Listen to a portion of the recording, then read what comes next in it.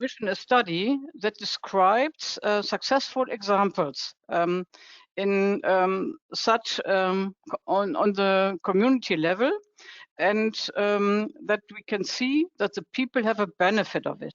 And that was the idea that the German ministry, together with GIZ, commissioned the Alliance for Rural Electrification to create such a study with 3 examples from Germany and 9 examples from countries in Africa where our program, the Green People's Energy, is active. And it was for us very important to find what are the biggest obstacles, what are the advantages, and what commendations can we give back to you. So what's about the results of the study? Next slide, please. We have 3 examples in Germany. They are very different examples. The one is Solingen, a cooperative founded by a group of civil societies, and they sell and install photovoltaic systems on social institutions like schools and kindergarten and public facilities. And very important, a lot of women are engaged in this energy cooperative. The second is Schönau.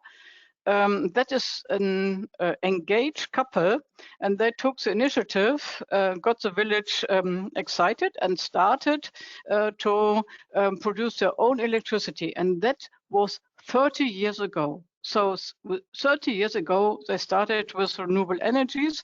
Now they sell with a big family company. They say electricity throughout Germany, and for example, I'm a customer of their electricity, although I'm living 500 kilometers far away from Schönau. And the third example is Wildpolsried, a village decided to produce electricity, and most of the resistance have now invested in renewable energies. They are producing 8 times more electricity than they need, and the other 7 times they are selling. And so the inhabitants and the community has benefit of it. So it's very important to see positive examples, and that's why we have this 9 examples from Africa in our focus countries, that is in Senegal, Cote d'Ivoire, Ghana, Benin, Ethiopia, Uganda, Zambia, Mozambique, and Namibia. And just as examples from Germany are very different, the same in Africa. And I think it's now interesting for you, for all the participants, to hear what is the result of the study, the obstacles, the advantages, and the experience in Africa. And to hear more, I hand over to Deepak, and he will tell you more about the study and the results. Thank you for your attention.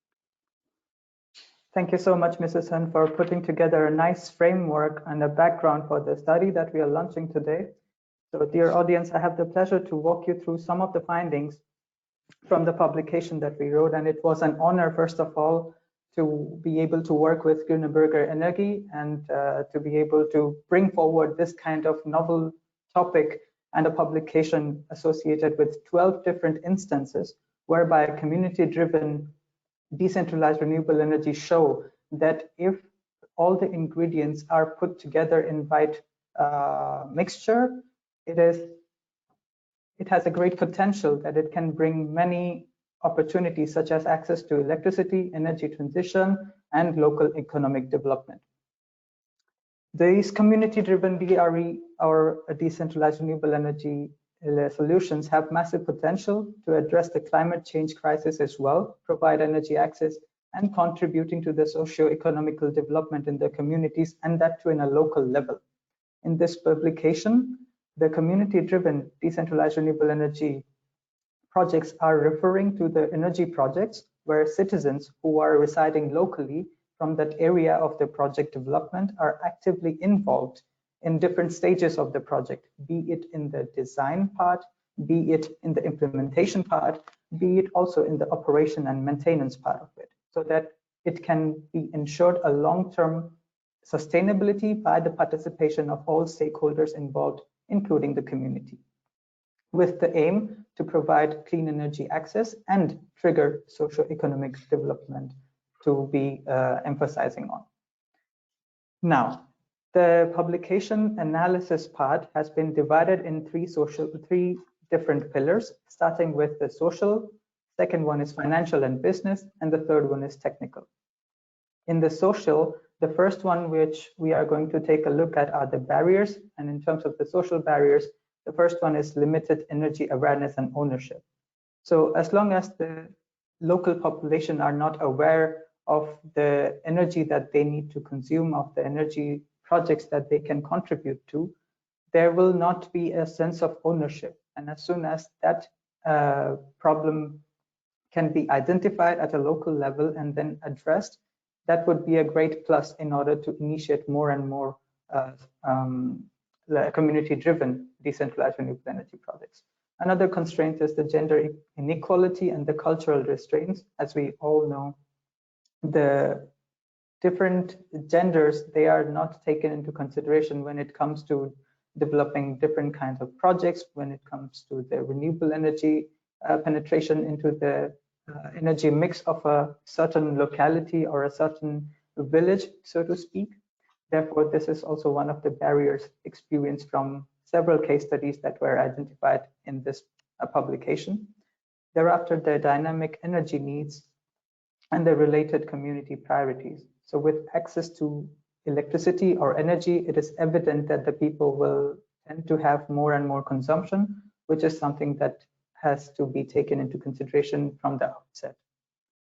Lack of trust and resistance to change is, on the other hand, something that is super important, that once a project is starting at a community level, the introduction of that particular project in the community has to be so well done so that they can create a relationship with the local people and they can feel involved and their opinions and their matters can be raised and taken into consideration. And that will create some sort of trust and the relationship based on which a project can be developed. Thereafter, policy challenges and lack of clear national regulations are one of the evident problems that we see in different case studies identified in this publication. Moving on to the financial and business barriers, limited access to funding. This has been pretty much the barrier which were experienced in different kind of case studies in different kind of projects related to the energy infrastructure. Thereafter, to complement that problem, there is limited sustainable business models. So the lack of knowledge about what kind of business model might work in what context should be very important and should be considered from the outset so that they can be well implemented depending on the needs of the local people. Technical barriers, on the other hand, are the issues which are relating to the lack of skills, lack of technical know-how that can lead to lack of data collection and assessment for future improvement. The lack of technical and managerial skills can result in the failure of project because the project has to be run smoothly and which needs both technical and as well as the managerial skills. Thereafter, complex project planning due to the remote areas, geographically speaking, is one of the things that we need to also take into consideration. Once the project has been implemented, monitoring solutions and proper tariff and load projections must be done from the outset also so that we can ensure the project's long-term sustainability is not hindered. And since last 2 years, the COVID-19 pandemic and the measures which were introduced to it have also permeated across these different social, technical, and financial barriers that we saw. Thereafter, let me also take you through some of the benefits of the community-driven energy solution, DRE solutions that can be inculcated by use of such projects in a local context. Energy security. Once we install decentralized renewable energy projects at a local level, this has the possibility that it doesn't need the expansion or extension of the national grid. it can be locally implemented, and the energy can be locally produced and consumed. Therefore, it ensures the energy security. Productive use of renewable energy. With the access to electricity or modern forms of energy, more and more productive loads can be connected in order to create more energy demand, as well as the necessary supply in order to create an income generation opportunities within the local level to have a socio-economic impact positively. Thereafter, energy efficiency and savings on energy bills. So once there is some sort of ownership or some sort of involvement by the local people in the energy infrastructure, they tend to care more for the energy infrastructure that they are being associated with, which means they tend to consume less with introduction of energy efficiency equipments and apparatus, and also that saves on the energy bills that they are paying every month. To complement that point, project ownership and consciousness is, on the other hand, something that the local people develop. And with that sense, the long-term sustainability can also be ensured because the local people themselves are taking care of the energy infrastructure, being involved, and at the same time are responsible for the operation and maintenance of it. Local investment. This is something that is a very nice outcome of the infrastructure which are driven or supported by the local people, especially the energy infrastructure, because the revenues which are generated by the decentralized renewable energy projects are often reinvested in those projects, so that or in the community, so that the socio-economic boost can be achieved, as well as a better standard of living for the locals or the citizens residing in that particular place. Then the last benefit would be the local green and skilled job creation. So this is something which is very evident with the advent of new energy technologies and solutions and projects within a local level.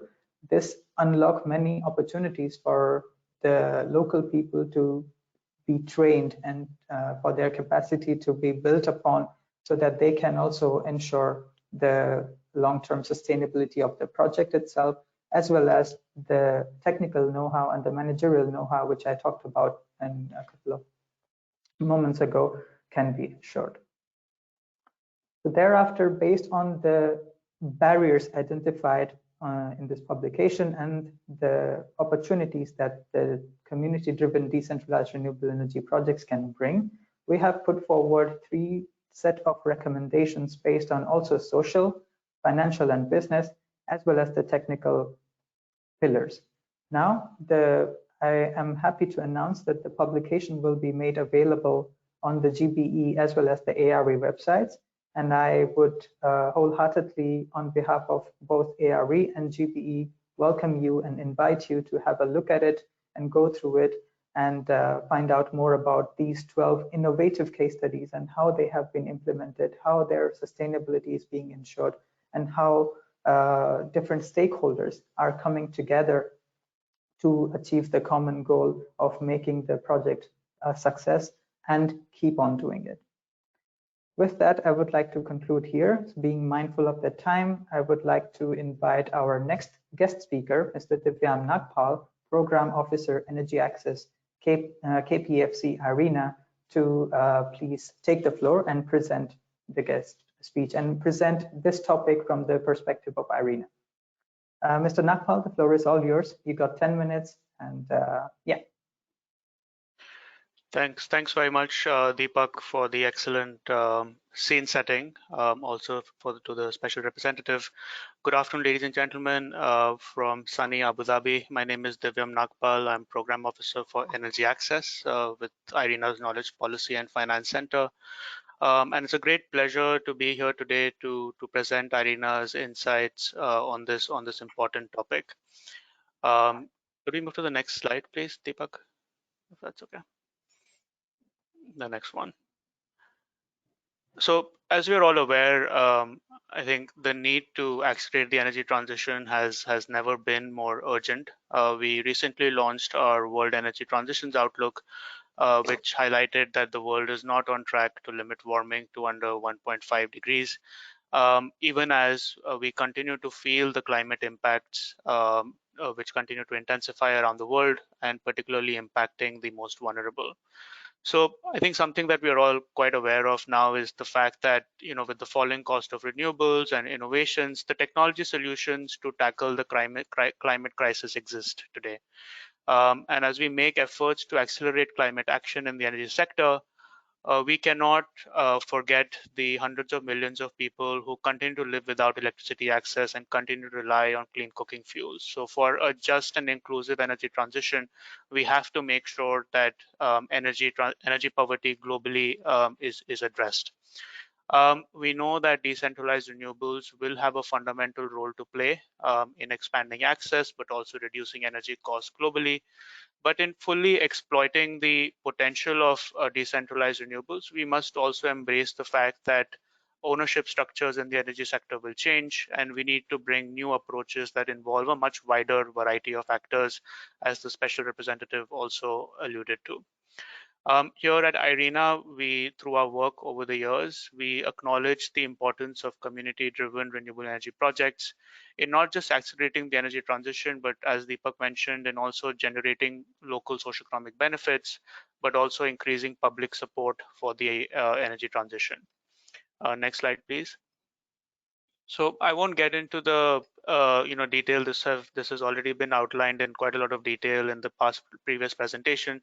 Just to say that while the definitions of community energy vary for us, the way we define it is that it is the economic and operational participation and ownership by citizens or members of a defined community in a renewable energy projects.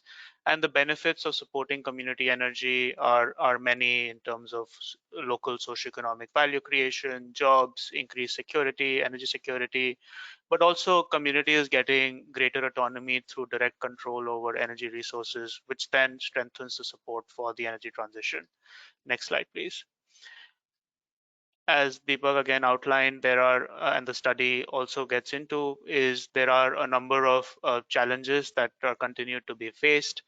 As we know, the way policies and regulations in the energy sector are traditionally defined, they are meant for centralized systems, for larger systems, and therefore a lot of adaptations need to happen to support decentralized, but also citizen participation in the sector.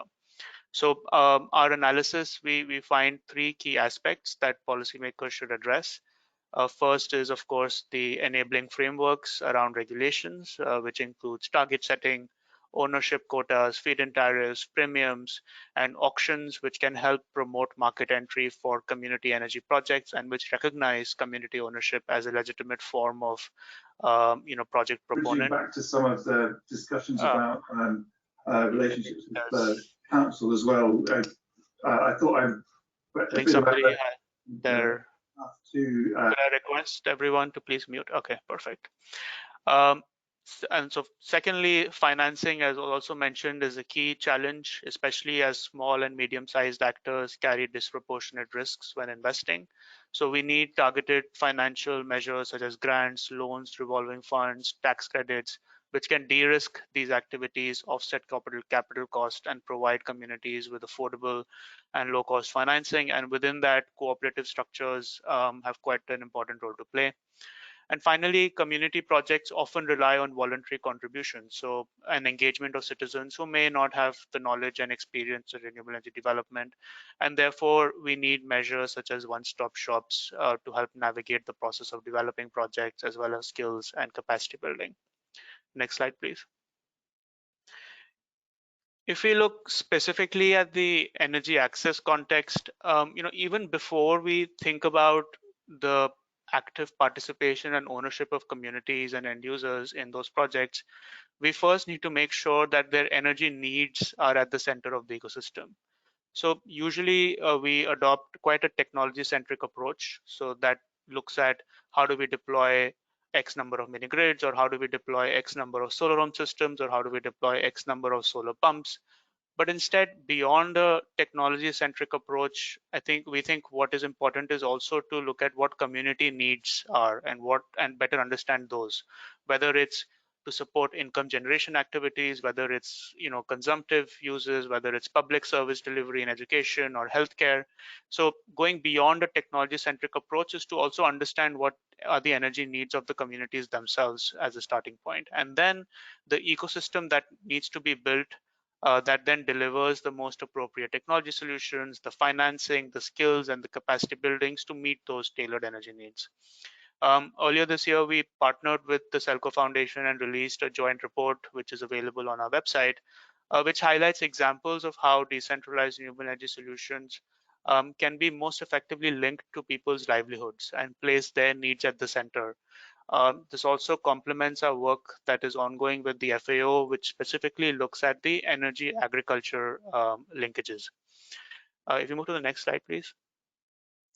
And so understanding community needs and designing those solutions to match those needs and support the aspirations is one starting point. And then, of course, with community-driven DRE solutions, technology engineering is one part of the equation. There's also a great deal of social engineering that becomes important for the success of these projects. So the experience from projects already shows us that it is important to provide the space and the patient capital for the groundwork that goes into doing community engagement and working with them to identify how best they can organize themselves to support the project development and long-term operation. There is no one-size-fits-all solution, as was also mentioned in the special representative's intervention. A community ownership approach that works for microhydro in Nepal doesn't necessarily work well in Indonesia or in Zambia, or even between villages or districts for that matter. But increasingly, what we are seeing is there are tools that we can deploy to facilitate a participatory approach during the project design stage itself, to better understand what exactly the community needs are to improve community ownership, but also identify how best they can organize themselves to support the management and operation of those systems. Now, deployment policies, which usually tend to bring a level of standardizations, will have to find a way to provide the flexibility for such adaptations if community-based projects have to be developed. Then next, of course, comes that we need to ensure that the incentive structures exist for communities to support demand stimulation locally. So if the communities are involved in operation, can they work with local shops, local businesses to support demand creation, productive end users? Can they deliver the skills, the capacities, the financing? At the same time, the communities or those that are responsible for metering, billing, collection, and maintenance, are they able to expend their own social capital and their relationships with the community members to ensure there is compliance and there's payments and there's sustainable operations over the long run? And finally, the most important piece is really ensuring that the socioeconomic benefits that come from the energy access and from the project are equitably distributed across the community, which will further strengthen community ownership of projects over time. And here, looking at marginalized groups, looking at gender aspects, women, how do we make sure that from project design stage all the way to its operational cycle, that the benefits that accrue from the project are equitably shared? And all of this then can eventually lead to strengthening community cohesion through these DRE projects. And the associated processes then, for example, could be replicated and adapted for other development endeavors, whether they're related to healthcare or water supply or livelihood promotion or vice versa. So therefore, ensuring that we look at the clean energy transition through the lens of community is not just key for the attainment of SDG 7 itself, but also then supports many other SDGs. Next slide, please. So finally, just a final note, at IRENA, we continue to advocate for community energy, and we generate tools and insights to facilitate its deployment together with a number of partners, including RA and others. In 2017, the IRENA Coalition for Action established a working group on community energy, and the Coalition for Action is an international network of about 130 leading renewable energy players. And the Community Energy Working Group focuses exclusively on supporting community energy projects and investments. We've published 3 white papers so far on the topic. The first one looked at the concept of community energy, the benefits and challenges. The second one looked at policy measures and financing mechanisms, reflecting best practices and recommendations. And the third white paper was sort of focused on just the energy communities themselves, providing them with a checklist on what they need to be looking at to develop projects. So these are all available on the IRENA Coalition for Action website. I encourage you to access them, and please reach out should you have any questions or clarifications. Once again, thank you to the organizers for inviting us, and congratulations on this report. And we look forward to working together on this topic and continuing the dialogue. Thanks very much. Thank you so much, Nakpal, for this very insightful perspective that IRENA has to bring forward. So definitely inspiring, as well as I would like to invite the audience that now that the speakers' interventions are going to start, you are invited to ask questions by making use of the question and answer function on the GoToWebinar portal that you're having. And please make sure to name the speaker that you're asking your question to, so that we can redirect to them during the panel discussion. Thank you so much, Divyam, and we will move over to the next speaker, or the first speaker for the interventions, Ms. Helvi Ileka, who is the Acting Director, Center Head at Center for Renewable Energy and Energy Efficiency, Namibia Energy Institute. Ms. Helvi, please turn your camera on, unmute yourself, and the floor is all yours. You have 10 minutes, and yeah, please.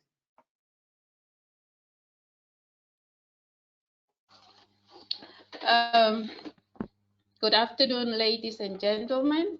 It's a great pleasure for me to be here today and present our case study, Tsunkwe Energy Project under the PWCET project. Next slide, please.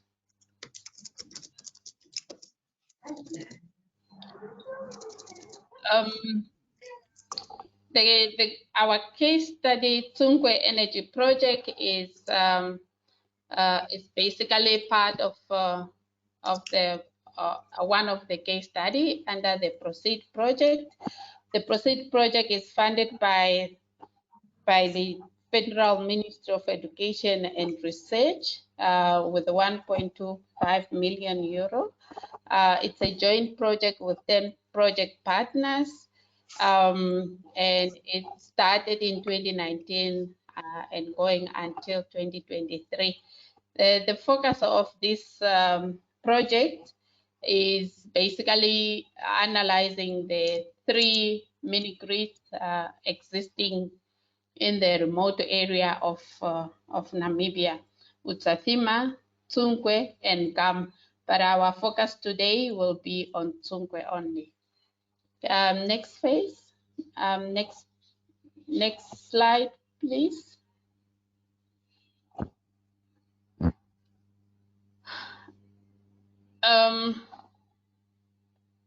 Basically, the overall objective of the PWCET project, it's an interdisciplinary analysis of the existing mini grids, as I mentioned earlier, at 3 mini grid at 3 rural areas, and the idea is designs of models, PV-based mini grids in these areas, and which are basically this model should be technically up to date, economically viable, easy to operate and maintain, and appropriate for the local needs and social context. So also to implement a holistic strategy to ensure sustainability of these systems, that to make sure that rural people at this mini grid are regarded as first class citizens. We also want to develop recommendations for action for acceptance and promotion of off-grid power supply systems at the to be included in the rural electrification of our government. Next slide. Basically, the structure of the PWCET, for example, we have a work package 1, which analyzing the mini-grid community. Work package 2 is analyzing the mini-grid economics, and then work package 3 for mini-grid technology. And there we have a technical partner, which is IBC Solar, both then feeding into the mini-grid sustainability, which is work package 4. Next slide, please.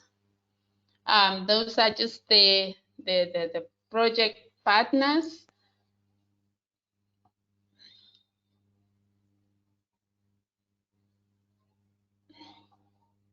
Those are project partners, the German partners and the Namibian partners, and also our industry partners.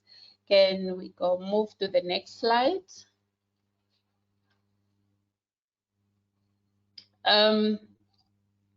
This case study, the Tsunkwe Energy Project, is part of work package number 2, where we are trying to analyze legal framework condition for off-grid generation, distribution, and business models. Also to develop a cost covering and socially acceptable financial management and payment system. We are trying to develop energy entrepreneurship models and tariff structure. And I would like to highlight that GIZ through GBE is now supporting the Namibia Energy Institute to conduct direct interviews with the communities in order to develop models that are acceptable by the communities. Yes, we can move to the next slides. The lesson learned at Tsunkwe is that since the mini-grid was installed in 2011, the system lacked regular maintenance, which resulted in several malfunctions. Although repairs and expansion are needed, this cannot be internally financed due to the tariff settings covering only operational costs. So despite the endeavors of involving the community during the planning and construction phase, understanding of electricity and its eventual commercial use remain limited within the community. So therefore, a PROCEED project was initiated in 2019 to investigate the current challenges and to assist the Sinoret with the improving situation. And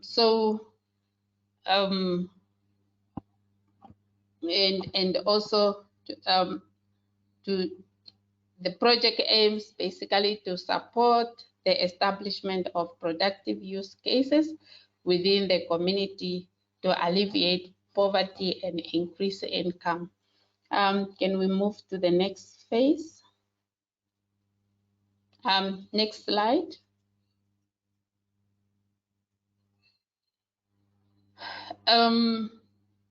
So the project specifically aims to support the establishment of productive use cases within the community to alleviate poverty and to increase income within the goal of having a better cost recovery tariff system. In addition to a technical economic work stream, the project is particularly complemented by a socio-economic work package focused on holistically integrating the community perspective. Another neglected area another neglected area, key aspect to train not only the population, but also technical staff to be able to maintain the system properly in the long run. So in this case, the project was designed also to train the Sinoret who took over the mini-grid basically since 2017 to ensure sustainability as recommended by the Ministry of Mines and Energy. So in this case, we are saying overall community-driven projects must go beyond residents' consultation and information and include an educational pathway for community members to both train local technical staff and also to develop productive use cases from onset. This project must also be monitored over time to achieve sustainable project access.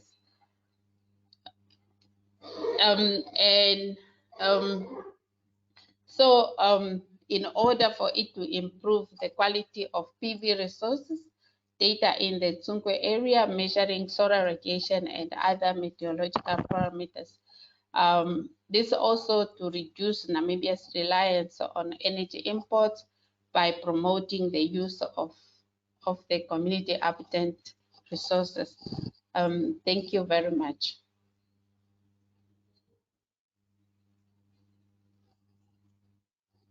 Thank you so much, Helvi, for bringing forward the perspective from an educational institute perspective and the remarkable achievement that the PWCET project has achieved. Well, one point which particularly stood out for me is the emphasis on the bringing in educational, let's say, sector as one of the stakeholders while planning and designing the community-driven decentralized renewable energy projects, because that also ensures the future capacity building measures that can be done in order to scale up the local talent in order to achieve the local socio-economic benefits as well as better standard of living. So really, thank you so much for your kind contribution. And we will move over to the next speaker now, Professor Abubakar Bahaj, who is the professor and head of Energy and Climate Change Division at Faculty of Engineering and Applied Science, University of Southampton. Professor Bahaj, the floor is all yours, and you have 10 minutes to present your case study. Thank you so much. And Helvi, can I request you to kindly turn your camera off and unmute yourself for the meantime?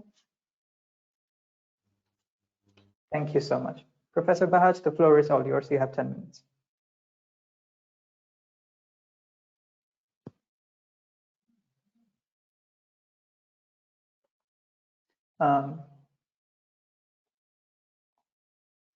Now you can.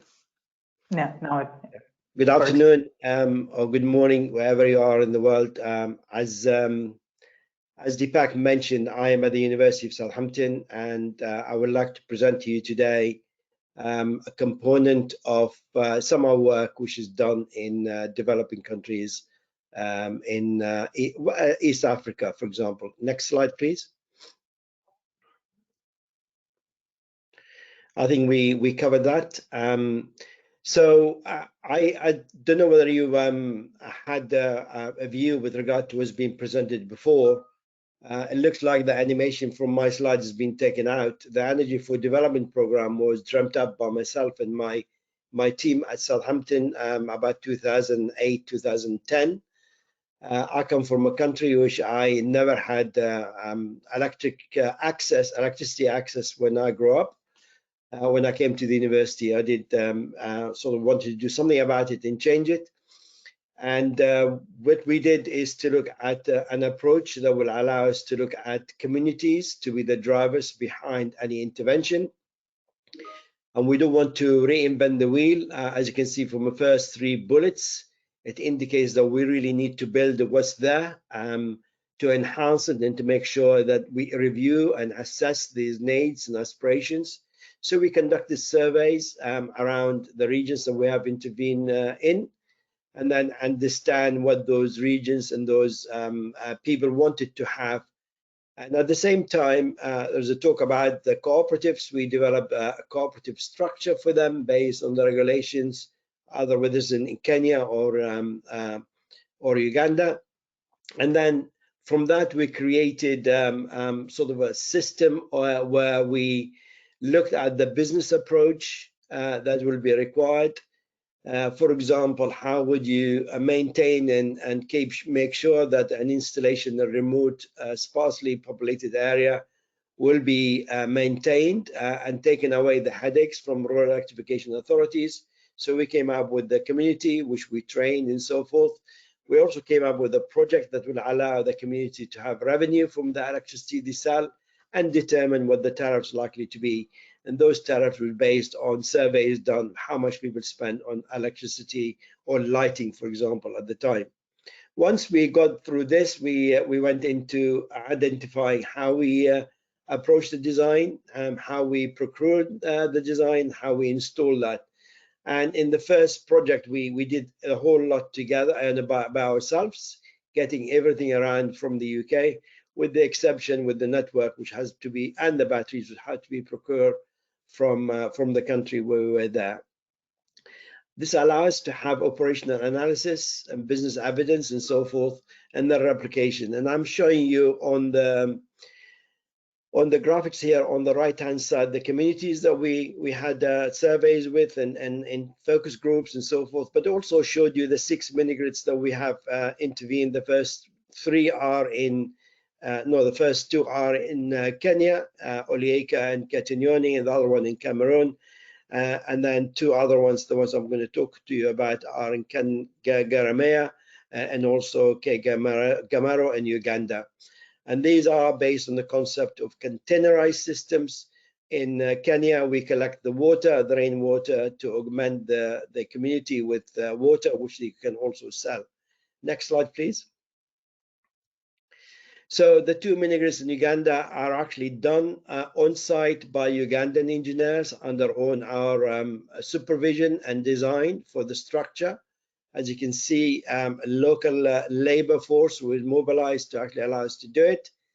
And these are based on an approach that we partner with the Rural Electrification Authority or agency in Uganda, where we have the 2 main objectives based on how we create a project that will provide access to those communities in those 2 villages, and also provide access to the surrounding regions so they can come into these villages and have access to charging appliances and so forth. But more importantly is to provide evidence for RIA for their future investment. And we selected a region in Uganda, which hopefully is targeted by RIA to be the region for mini-grids, because the grids are likely to arrive there. So the projects are handed over to RIA. So RIA set the tariff, which is slightly higher than the national tariff. As you would have gathered, we supplied, Energy for Development Program supplied only the power plant. The rest of the kit is supplied by RIA, including the containers and also the reticulation or the network. So the cooperative manage the project. They have a card system to take some money from the kilowatt hours produced. The 2 villages are close to each other, about 3 kilometers. That I'll show you about why we thought about that and did it before later on. And then both villages have the same socio-economic characteristics, although they have different religions that they have, and they were really cooperating and learning from each other. Next slide, please. So these are systems which are standardized both in Kenya and Uganda, 13.5 kilowatt peak systems with 38.4 kilowatt hours, lead acid batteries at the time. And these are all driven by single base. And as I mentioned, single phase rather. And as I mentioned, there are 2 containers. One of them is to house the switch gear and also the batteries. The other one is used by the community as a cooperative office. And then the network itself is about 4 kilometers long, which is designed to be 3-phase from day one, but actually run as a single phase. Next slide, please. So this is really a comparative analysis between the mini-grids that we have both in Kenya and Uganda.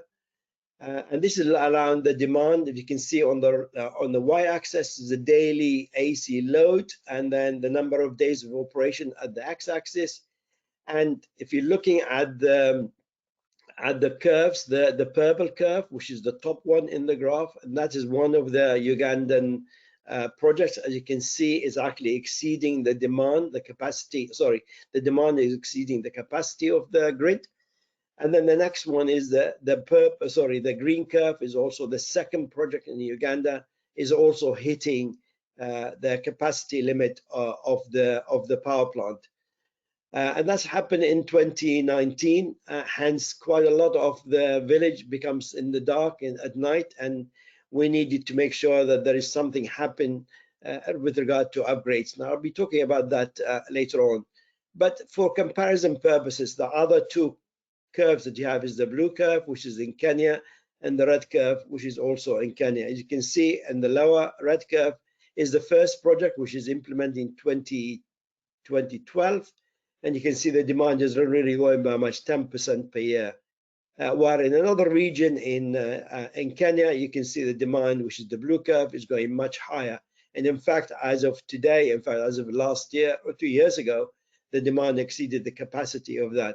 And if you're interested in our analysis, there is an indication of the paper, which is available for you to download free of charge from our website. Next slide, please. So in order for us to assess the requirement for the upgrade, we collaborated with RIA and the community. We carried out surveys to understand where the demand is likely to be. And we wanted to understand how this demand varies over the years. And we wanted to include higher productive use appliances like water pumping, milling, welding, and also data analytics and data schools and so forth. And then more customer connections. So we came up with a design which is about 43.5 kilowatt hours demand. It came from our survey, the demand came out to be 43 kilowatt hours per day for each site. And then we estimated that the future load will be about 122 kilowatt hours per day in each site. The graph here indicates to you for the future demand for the three-phase system and the present demand. Okay, I'm going to wrap up. Next slide, please.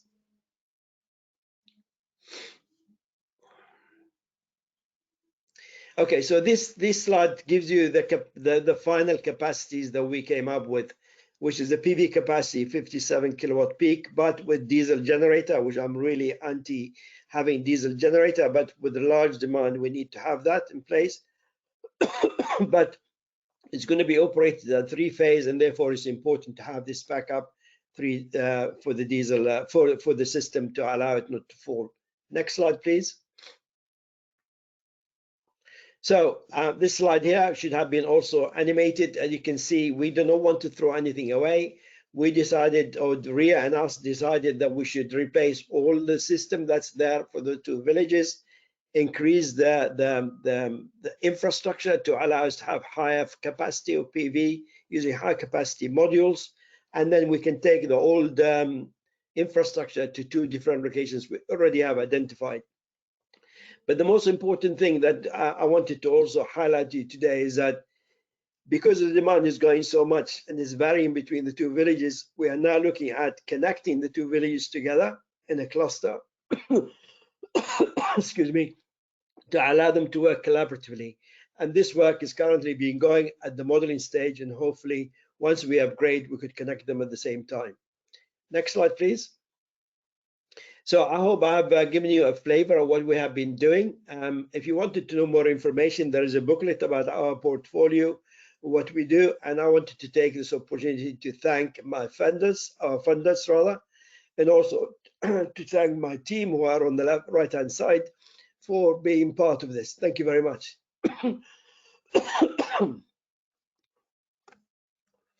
Thank you so much, Professor Bahaj, for this very insightful and detailed presentation about your work with or under E4D program, especially the mini-grids in Uganda. I'm sure the audience must have taken note, and will be ready with their question to you, which we can then take in the end.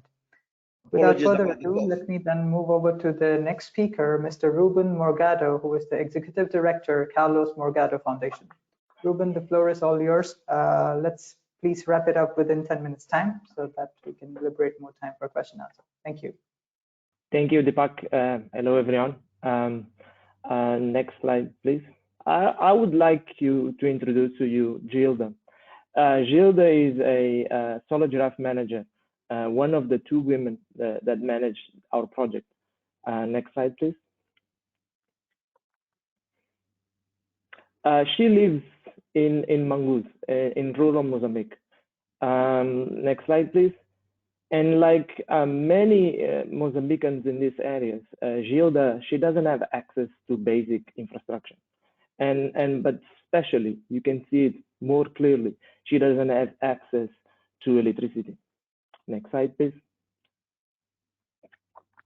And that's one of the reasons that we designed and implemented the solar giraffe project in this area.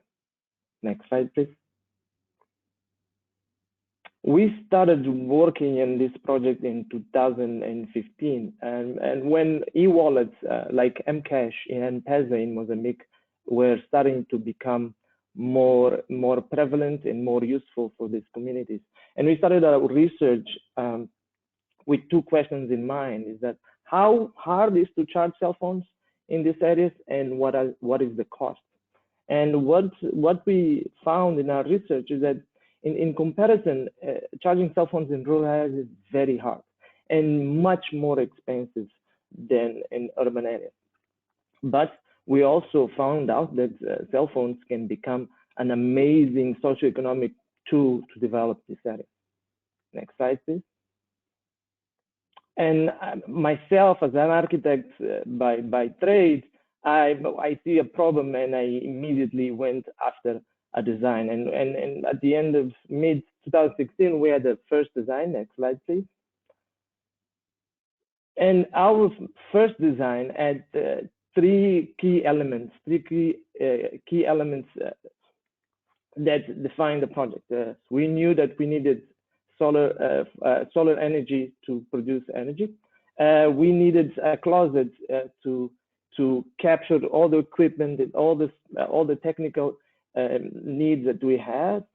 And we wanted to create a roof because we wanted to create a space, a community space for people to gather. But until at this moment, we still didn't have one important thing. It was a sexy name yet. We hadn't found our sexy name. Next slide, please. So immediately we went, we had the design ready. We went looking for funding, and we got news that the national grid was going to arrive in this location.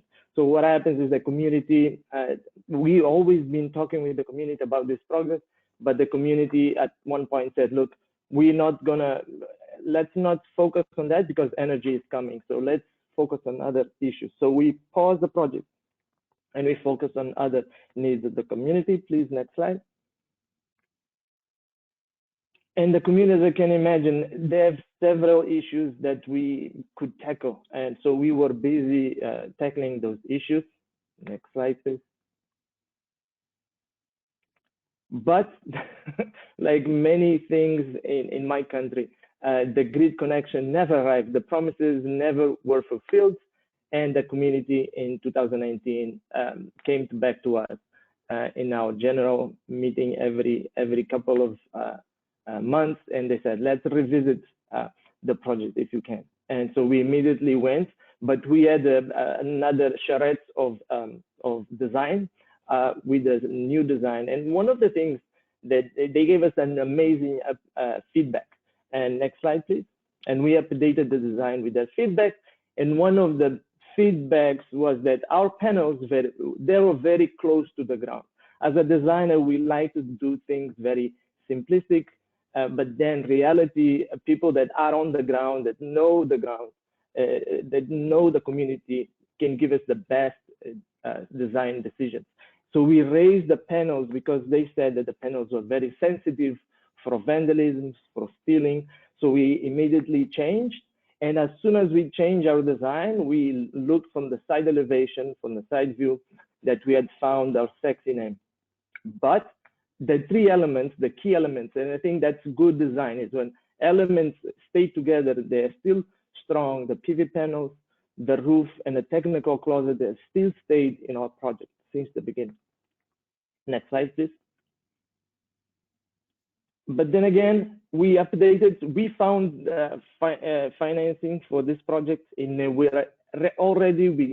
we prepared everything to go, and COVID-19 happened. Again, another bad luck that we had on the way, and we had to postpone one more year the installation of the project. But in the end of 2020, we had installed the project, we have engaged the community, and all systems were ready to go with our solar giraffe. Next slide, please. And what is it took us 5 days to install the solar giraffe, mostly because we are learning on the go. We are learning on the process. This is a new novelty solution where the structure is not complex, but can take some time to install if we're doing for the first time. And we had amazing collaboration from the community, from a multidisciplinary team, and especially the community. The community gave us a huge amount of help, and they still didn't understand what we are doing, but because of the relationship we had with them, they trusted that this would be something that will provide impact for them. And it was at this time that you also trained Gilda and Sonia, the two managers. We trained them in access and energy transition and how to use the solar giraffe. But because the community is still in doubt, and next slide, please. We produced a manual of use. We translated in several languages from the community. This is a diverse community. And we printed them in T-shirts, and we walked around late after the day work. We walked around the community, talking with the community and explaining the project. It was fun. This is the best moment, definitely, on this process, because people understood immediately the benefits, and we could see the joy in everyone's eyes about what this could bring for the community. Next slide, please. And what is the solar giraffe? The solar giraffe is a structure made of eucalyptus poles that support PV panels and creates a roof that creates this community space that we always wanted since the beginning. Rural areas in Mozambique usually don't have a community space, so this provided this opportunity to create this space for discussion and arguing about the state of the community and the solutions from the community members. And we provide energy. Solar energy provides power to charge 10 cell phones at the same time. We also provide a radio player to listen to music, to listen to the news, and most importantly, let's not forget, on the weekends, to listen to the football broadcast. This becomes a really lively place on Saturdays and Sundays. And at night, one of the most important things, we provide public illumination. And this becomes, the project Solar Giraffe has become a beacon for the community. At the moment, it's a main gathering space. It charges more than 300 cell phones per month, and it's free to use. But a pay-as-you-go solution has been studied and blessed by the community. Next slide, please. And basically, this is a technical solution with two halves, one front and one back, and all the systems. And this is what's very complex system at the beginning. And the new giraffes that we're producing are much more simple and much more cost-effective. Next slide, please. We do all of the things that we do. We are trying to add, working on a tablet to bring more information to the solar giraffe. We are working with USB lights to also people come in with their lights and charge their lights. And we are trying to also do water pumping, irrigation, improving income generation space, and also refrigeration. Next slide, please. We are in Mangus. We are financed already to put more 4 giraffes in Mozambique. Next slide, please. And last one, I believe. And this is just a summary of the team that we did amazing projects. The amount of people that work on this project, and we all believe that. Next slide, please. We all believe that energy access and gender inclusion are fundamental for the development of rural Mozambique. Thank you very much, Deepak. Thank you. Thank you so much, Reuben. This is a perfect example of creativity, innovation, and commitment. So and definitely the gender inclusion point that you mentioned, and also hiring 2 women managers shows that you're committed to the cause and it's working well. Now, without further delay, let me invite the last speaker, but not the least, Mr. Alexei Rebender, Business Development Manager, MEA at GDS International. Alexei, the floor is all yours. You got 10 minutes. Please try to wrap it up within the 10 minutes so that we can take at least 1 question each for each speaker. Thanks a lot. Sorry, thanks a lot, Deepak. Good afternoon to all. Thank you for participating to this webinar. So I will start straightforward. So next slide, please, Deepak. Just so this is to present you a project we are currently building in Benin. It's a project for 12 mini grids to electrify more than 6,000 persons.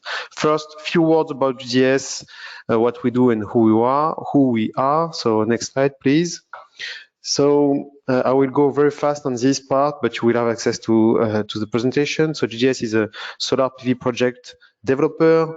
We are a French company. We are based in several countries, and we have offices in Paris, Montpellier, Milan, Dakar, and Cotonou. Next slide, please. Okay, so we have been more than 300 megawatt peak of projects, and if you can go more 2 slides. And next, and next one, and that's it. I'll go fast on this part once again. And we are active on 3 sectors. So large scale, ground mounted, connected to the grid solar PV project. So the classical one, but also CNI project for self-consumption, for industrials and many other appliances, and of course mini grid for rural electrification. So that is what we will discuss more deeply today.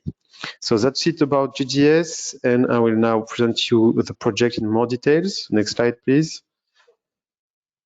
Okay, so we are here today to discuss about our project in Benin. We are currently building it. It's 12 mini grids, and it's a really very interesting project. Next slide. So just to set up the context, the project is part of the MCA Benin 2 Compact. Maybe you know MCA, you know MCC. They have programs all over the world. It is a project which has been done through a program called OCEF, a part of MCA Benin 2. And it's a program who provided subsidy for the project first, but also a program who helped Benin to rebuild its legal framework, to adapt it and to improve it for rural electrification. So in a word, we are currently building the first mini-grids project in Benin in a concession mode, so with a 20 years concession agreement. We are not the only company in this program, so all together with the other companies in this program, we are building the first mini-grids in Benin in a concession agreement scheme. Next slide, please.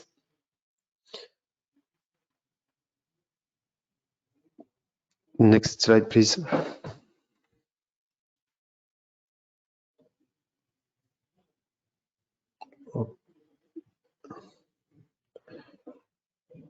Hello, Alexei. Are you still with us?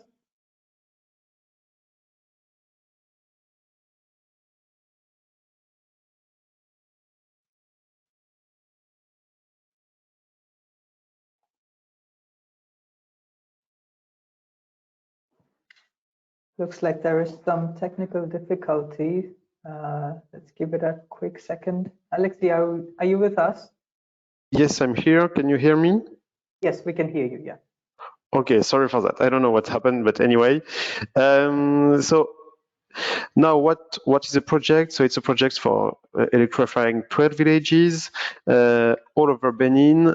It's for a total capacity of 1.7 megawatt peak and 3.2 megawatt hour. So you can see that each project is about 100 to 200 kilowatt peak. And it's a quite large, let's say, program because we target to connect more than 6,000 people. We have used a technology, a PV technology plus storage plus genset as a backup. It's quite obvious, but we don't want to use genset for these projects, but we need them as a backup because it's quite large communities, and we can have some big consumption peaks, so we need to be ready to answer to that. Next slide, please. Okay, this is the first part I wanted to stress. I know we are talking about community-driven project, but before we were able to do any project in this country, the first step was to find a really reliable local partner, and this is key. This was key for our project, for our success in this project. So our conclusion after this project is that to do a project in rural areas in any country, for doing that, you need to have a local partner with really good, strong technical skills and with a good knowledge of the local context and of the country, and a partner who is able to intervene in all over the country to provide services all over Benin for our project. Next slide, please. So our solution is quite classical one. Of course, we provide electricity by using solar plus storage. Then we are building a low voltage grid, and we connect everyone through smart metering. So it's a quite classical one. But what is important here is that on the electricity production, what is important, what we see as what our conclusion, thanks to these projects, what we can conclude after having doing this project is that we cannot, when doing a mini grid project, use too innovative technologies. So we were working with established suppliers with robust and well-known technical solutions. This is the first part. The second one is that we decided for each villages to have a tailor-made design and a modular design.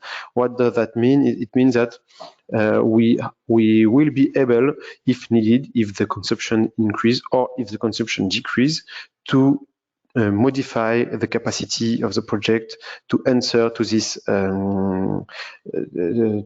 evolution. On the contrary, with regard to the distribution grid, we had to design it to face the future increase in number of connection and in the increase of consumption, because it's much more complicated to add 1 kilometer of low voltage grid than to add some power plant capacity. So our strategy was to say, okay, let's limit the capex on the production part, but let's make sure that our grid will be always able to deliver electricity all over the village. And then with regard to the connections, two factors were key. The first one was to have a strong involvement of the local community. So here it's not a project which is owned by the community, it's owned by the operator, but anyway, you have to make sure the community accepts the project, the community understands it, and then they help you make this project a success. With regard, of course, to the operation of the power plant and of the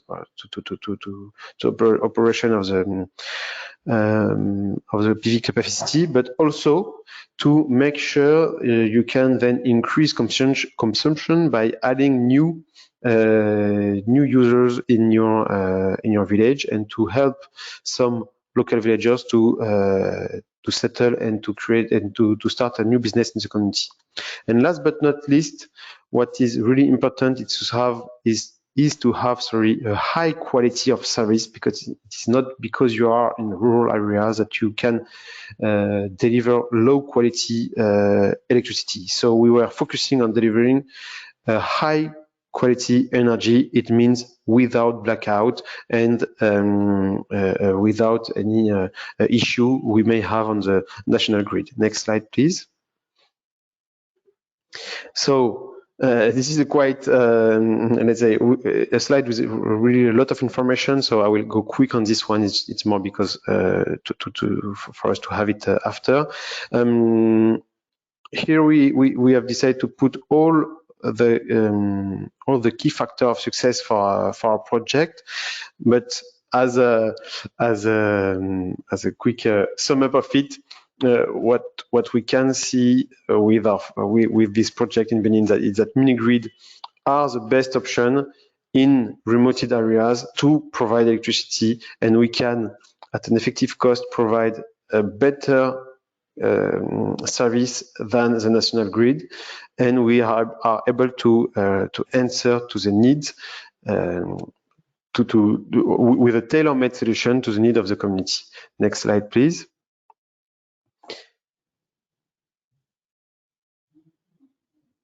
And this is my last slide, just in time, just to thank you once again for your attention and for the opportunity to speak here, and happy to take any question from the audience. Thank you, Deepak.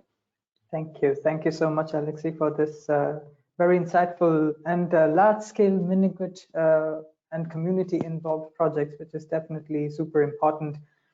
Dear audience, thanks for all your questions. We have only 5 to 7 minutes to take them. So what I'm going to do is take at least one question for each speaker so that they will be engaged.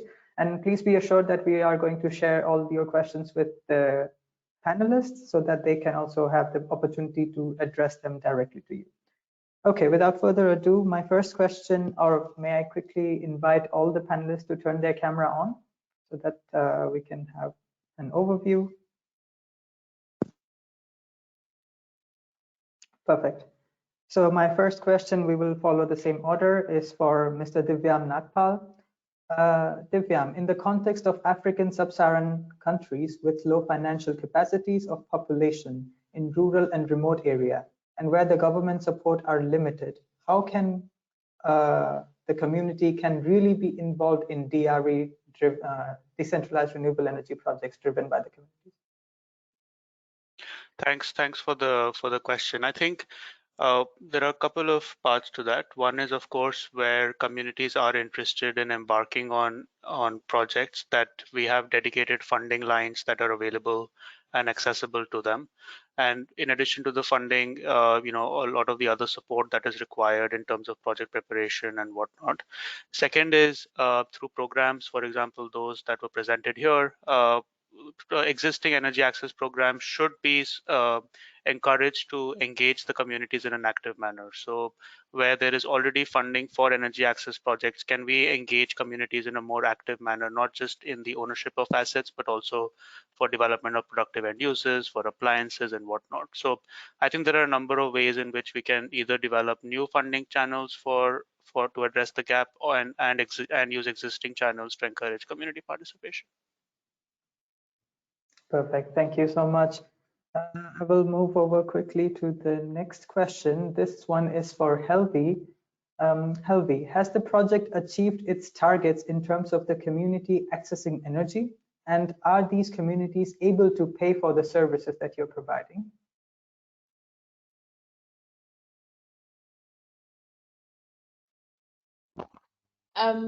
Yes, thank you for the question. Yes, I would say yes. Community have now 24-hour energy access, and they are happy. However, the tariff currently can only cover operational cost and cannot cover the replacement. So it's very important for subsidy, because this community also cannot really afford a higher tariff. Thank you very much. So there is a need for subsidy we are alluding, and also if replacements are to be made, then they need to be subsidized also to support the electrical provider of electricity in the village, basically. Thank you very much. Thank you so much for the answer, Helvi. Next question is for Professor Abu Bakr. So Professor, in your project, how far are these mini-grids from the national grid? What are the plans in case the national grid gets to these communities? That's a very, very good question, a very important question. So we selected a region which is, I think it's about 200, 300 kilometers from the national grid. But that doesn't give you a guarantee that the national grid will not arrive there. Right. So let me just enlarge this a little bit. The first project, remember we've been talking about these, my first proposal was 2006 for Energy for Development. So we're talking about that such a long time ago before we have this greater decrease in photovoltaic systems, costs rather. So the first grid in Kenya, when I went to the Rural Electrification Authority, I said to them, these are the two regions when have a control or when have an implementation. What do you think? Tell us your plan. So I got the grid infrastructure. They said the grid will never arrive there within the next 20 years. Remember, that's 2011, I think I talked to them about it. So I said, okay, you guarantee, say, yeah, this is what we need to do. And then the new president comes in and say, I want to electrify all the schools in Kenya. So within 3 or 4 years, you got all the grid going everywhere, but directly to the schools without doing anything to the villages. So in Uganda, we don't want to create the same mistake as before. So we selected with RIA this region, which the aspiration of RIA at the time is to create a region which is mini grids only. So that, and we selected that region to be too far away from the grid. And we planned for that, is that any mini grids that we're going to employ there, we want them to work collaboratively. As I mentioned, we connect them together. We will be connecting them together to work collaboratively. But all the connections that are done now, they are grid ready. And about 6 months ago, we have connected one of the mini grids in Kenya to the national grid based on know-how from the university, and also engineers from Africa is not really coming out from somewhere else. So we're developing the capacity within Africa to allow them to do it themselves. I hope I answered your question. Thank you. Thank you, Professor Bahaj. Then I'll take a question for Mr. Reuben Morgado regarding the solar giraffe. How are you currently handling the maintenance and the repairs, if there are any? Are these activities paid for, and how do you cover these for now? That's an excellent question. My watch is beeping for the BPMs. I was waiting for that question. Yes, the solar giraffe is free to use because the financier of the project requested that we made it free of use. We had a budget for maintenance operations to pay our solar giraffe managers, and we have spoken because the financing the project has ended. So we have spoken with the community that about charging a fee for use. We are discussing with them the right fee, and we believe, and we are blessed. The community said we need the solar giraffe to be working as smooth as possible. So we are discussing the correct fee. Right now, it costs 15 cents to charge cell phones in the area, in other places, in third parties. So we are thinking of reducing that tremendously, and we're still covering a cost of the salaries of the two ladies. In terms of maintenance issues, we haven't had any issues. It's a very simple solution. Our technology is a little bit higher than the lowest grade, so we wanted to use a system that will not give us any issues because of that longevity, and to have almost free maintenance and free issues for the community and for the solar giraffe. So we don't have any problems whatsoever until now. Thank you. Okay. Thank you so much. Then I'll take a question for Mr. Alexis Rabender. So the question is your tariff reflective of the national energy cost? What subsidies are you giving the rural households connected to the mini grids? Okay, so as mentioned in my presentation, we got a subsidy to do this project. So quite interesting subsidy. However, we are still unable to reach the same level of tariff of the national grid. We are close to it, but we are not aligned to it. So this is, I think, the case for any mini grid project. It's really difficult to have a very low tariff when you invest in the PV production capacity, but you also have to cover the investment for the distribution grid and then operate the project. But what we hope we will be able to reach, so it's quite a young project, but what we want to be able to do is to little by little decrease the tariff by increasing consumption, because for the moment we will have we know that we will produce more electricity than what will be needed to cover the consumption of the village. But by adding many or several, at least several small businesses in the communities, we'll be able to decrease the cost to produce electricity, and then maybe we will one day reach the same level than the grid. But for the moment, we are still slightly higher than the grid. Mm-hmm. Thank you so much. Thank you. Then I have a last question. This is for Mrs. Hinn.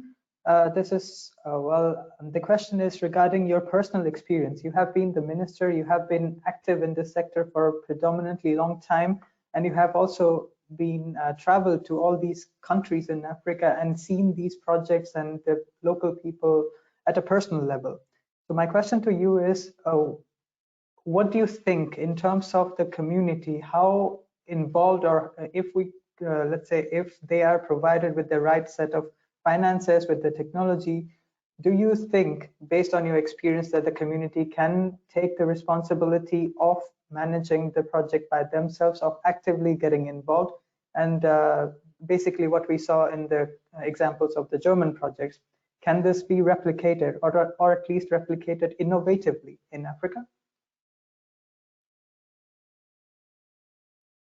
Thank you so much. You know, I have a bit experience in different countries of Africa, and I'm first optimistic because on the one side, especially, for example, solar systems, they are very cheap. And on the other side, yes, we need a lot of good circumstances. So first, we need the political will of the governments, that we are able, for example, as others told us, that the invested private capital is really safe when they are invested in this off-grid solutions, and that there's no trouble when the national grid is coming. But when we train the people, when we make a structure in the villages, I think we can really work together with a local population, and they have a benefit of this, especially when we say it's not only access to electricity, but it's really productive use. So they can create more jobs, they can have something for cooling and drying systems, they use mills, so they have more income and they have more jobs. And yes, it's right, we have to do it with a population in rural areas. We can do it, and I think we will be successful. Perfect. Thank you. Thank you so much for your also providing the insight from personal experience. Okay, we are running 2 minutes overboard. Apologies, dear audience, but now let me quickly invite Mrs. Dorothea Otremba for the closing remarks. And in the meantime, it's my turn to say goodbye. Thanks a lot for your engaging attention, and the publication will be made available on the website. In case of questions, we are there at your disposal. Dorothea, the floor is all yours for the kind closing remarks. Thank you so much. Yeah, thank you very much, Deepak, and thank you for the excellent moderation and for your great commitment you put into the publication. Good afternoon to everyone. The time went by, fast, and the fifth event of the Paving the Way for Clean Energy Transition with Decentralized Renewable Energy series is coming to the end. The aim of the event series is to cover the broadest possibility range of topics related to off-grid energy access with decentralized renewable energy solutions. And for this, it is important to illuminate many facets, and interdisciplinary approach is needed. But the most important part are the people. So I'm very happy about today's topic, where we focused on communities and local citizens and their role in the field of renewable energy. And I'm also very happy that we launched the publication regarding to this topic. And we got very interesting insights from the excellent panelists, Mrs. Bärbel Höhn, Special Representative for Energy in Africa, Mr. Napal from IRENA, Mrs. Elek from the Namibia Energy Institute, Professor Baraj from the University of Southampton, von Mr. Morgado, Carlos Morgado Foundation, and Mr. Rebinder from GDS International. So many thanks to the panelists for sharing your expertise and for the insights you give to us. At least we could answer some of your questions, but if the audience have some more questions, please let us know and contact us, so we will find a solution to answer your questions. And thank you very much for everyone who contributed to the publication. We really appreciate your contributions, and surely with your commitment and with the publication, we can contribute to advancing this topic. The publication will be published on the DRE website, as well as on the website of Green People's Energy, where you will find a link for downloading. So thank you very much also to the audience for joining us today, and for your questions and suggestions we hopefully receive from you via email or post. And the large number of participants shows how important this topic is.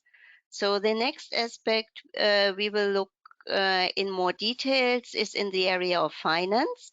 Though financial instruments are the topics of our next webinar, our 6th one, you will find the announcement on the websites. A quick note before I finished: if you are unfortunately missing a webinar of this series, don't worry. The summary, the PowerPoint, and the recording will also be published in chronological order on our website. So please feel free to get in touch with us from Green People's Energy to learn more about the initiative, and also to get in touch with the Alliance of Rural Electrification regarding the publication, or how they can assist you with a very broad range of services. So now I'm coming to the end. Thank you again for your participation. Have a nice rest of the day, and we are looking forward to seeing you on our next event. So bye-bye, and have a nice afternoon, evening, wherever you are. Just a correction from me. It's not 300 kilometers from the mini grids. It's actually 10 kilometers. I'm sorry. Okay. Yeah, thank you.